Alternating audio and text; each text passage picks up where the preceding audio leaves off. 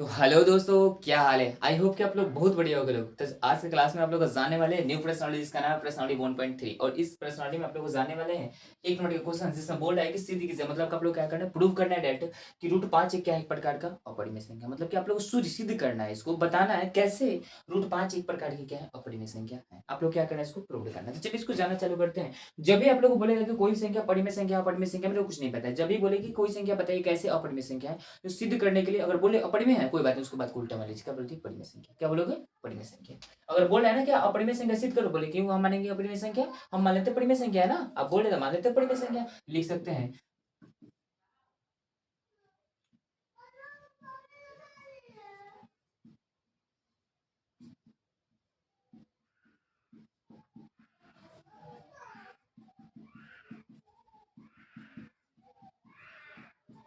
ठीक है, हमने मान लिया अगर रूट 5 क्या है, परिमेय संख्या है।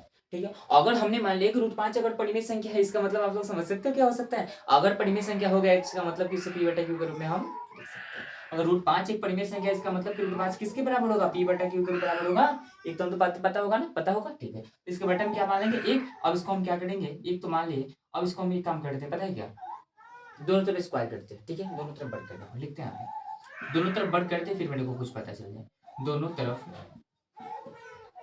वर्ग करने पर क्या करते हैं, वर्ग करने पर। अब जब दोनों तरफ वर्ग करेंगे तो रूट 5 के पढ़ेंगे पावर 2, इधर पी स्क्वायर हो जाएगा।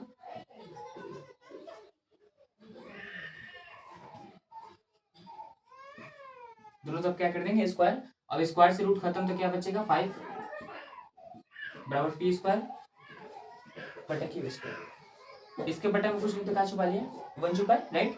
ओके, अब कहते हैं क्रॉस मल्टीप्लिकेशन करते हैं। तो क्रॉस में 5 में क्यू स्क्वायर से करते कितना हो जाएगा, 5 क्यू स्क्वायर बराबर का 1 से पी स्क्वायर में करेंगे तो कितना हो जाएगा, पी स्क्वायर। आप लोग देख सकते हैं ये चीज।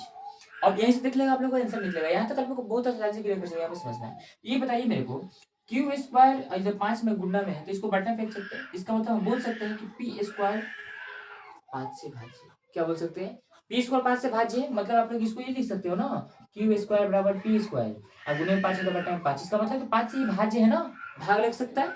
अगर पी स्क्वायर 5 से भाज्य है, इसका मतलब पी भी तो 5 से भाज्य होगा। अगर मानिए कि पी स्क्वायर, पी मतलब कि हमने मान लिया कि 25 है, ठीक है, पी स्क्वायर 25 है। 25 अगर 5 से भाग लग रहा है तो कितना आ रहा है, 5। ये बताइए पी स्क्वायर का मान है, तो अगर पी का मान क्या हो जाएगा, 5 होगा।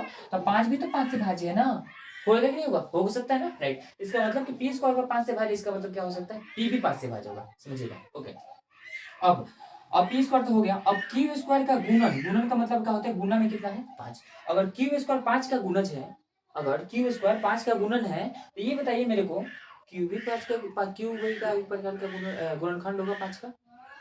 5 क्यू का गुणनखंड होगा कि नहीं होगा।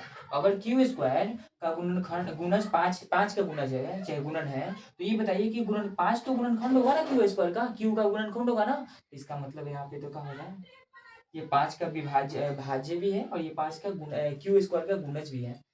इसका मतलब यहाँ पे तो ओवेनिस्ट हो रहा है ना, हो रहा है ना। तो हम लिख सकते हैं कि यहाँ पर विरोधाभास उत्पन्न हो रहा है। क्या बोल सकते हैं, यहाँ विरोधाभास उत्पन्न होता है। क्या होता है, विरोधाभास